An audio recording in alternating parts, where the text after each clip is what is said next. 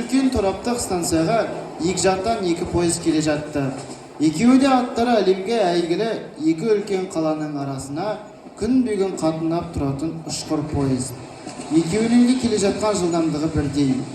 Екеуі де әлгі тораптық станцияға бір шамада барады.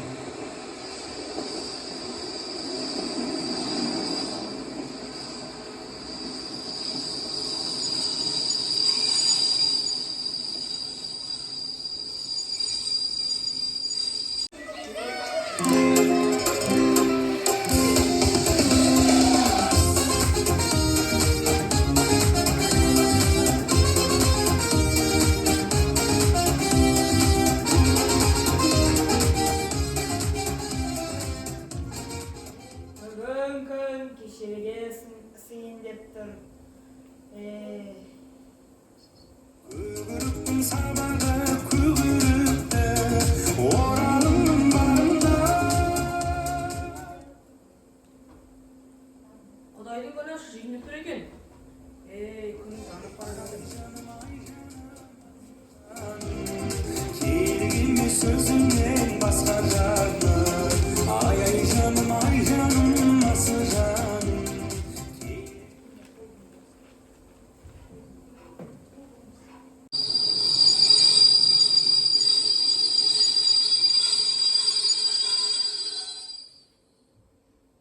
Poyez to'xtadi. Жүріңдер, ауа жұтып қайтайық.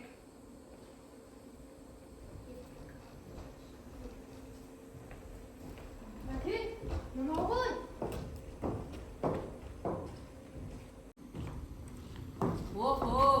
Не керемет. Ал қалың қалай? Жақсы, өзің қалайсың? Уағалейкум ассалам. Жақсы, танысып қой. Мынау менің бірге оқыған жолдасым. Сәлеметсіздер ме? Мынау менің балам, ал мынау зайыбым. Сәлеметсіздер ме?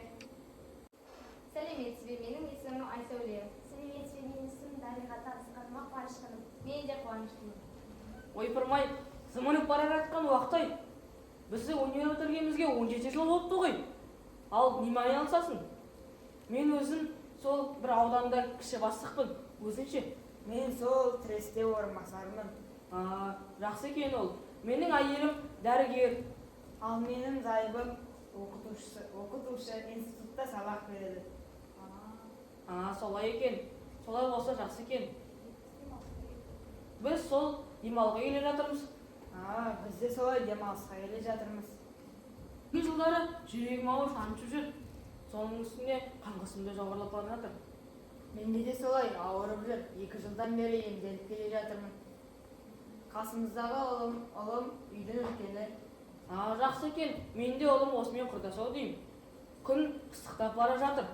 Иә, газеттерде ауа райы солай деген. Ой, кететін уақыт болыпты ғой. Пойызымызға мініп, жолымызды тартайық. Ал, жақсы болыңыздар. Келер жолда бізге соғыңыздар. Теңізге шығып құсатамыз. Біздің үйімізге келіңіздер. Аунап, қонап қайтыңыздар. Біз оралғанша кетіп қалмасаңыздар, тауға шығар жолда 5-ші этажда 41-ші пәтерде үйіміз бар. Соған келіңіздер, Датчаға барып алма тереміз. Әйелімді өзі қайнатқан қарақаттан жасалған варенесімен шай ішіңіздер. Жақсы, сау болыңыздар, сәт сапар. Сау болыңыз.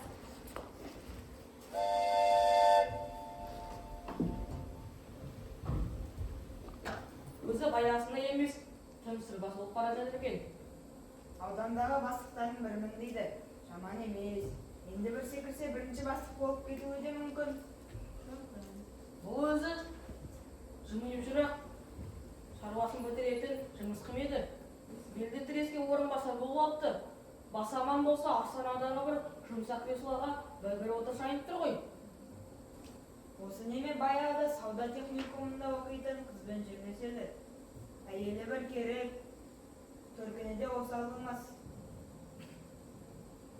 Баяғыда әке-шешеміз қызымызды ешқайда жібермейтін еді.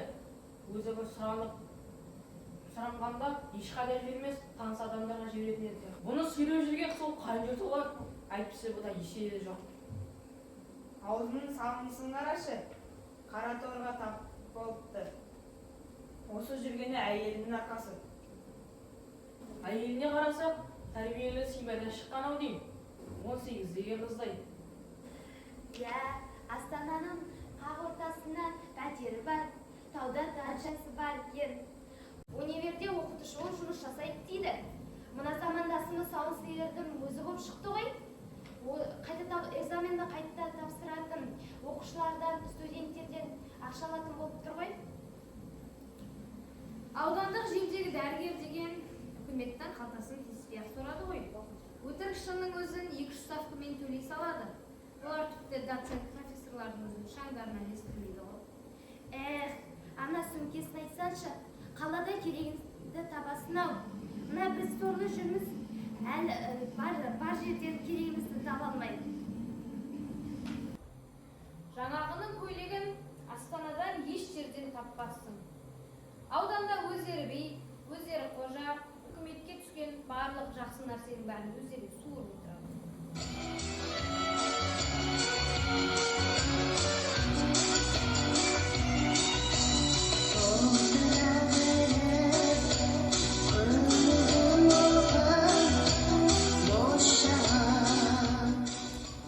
Апырай, мынау студент кезінде тыңдайтын ән емес пе еді?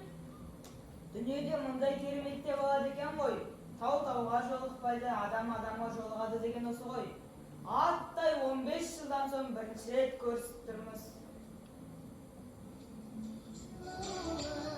Иә, бұл деген мүмкін емес нәрсе деп те айтуға болады ғой.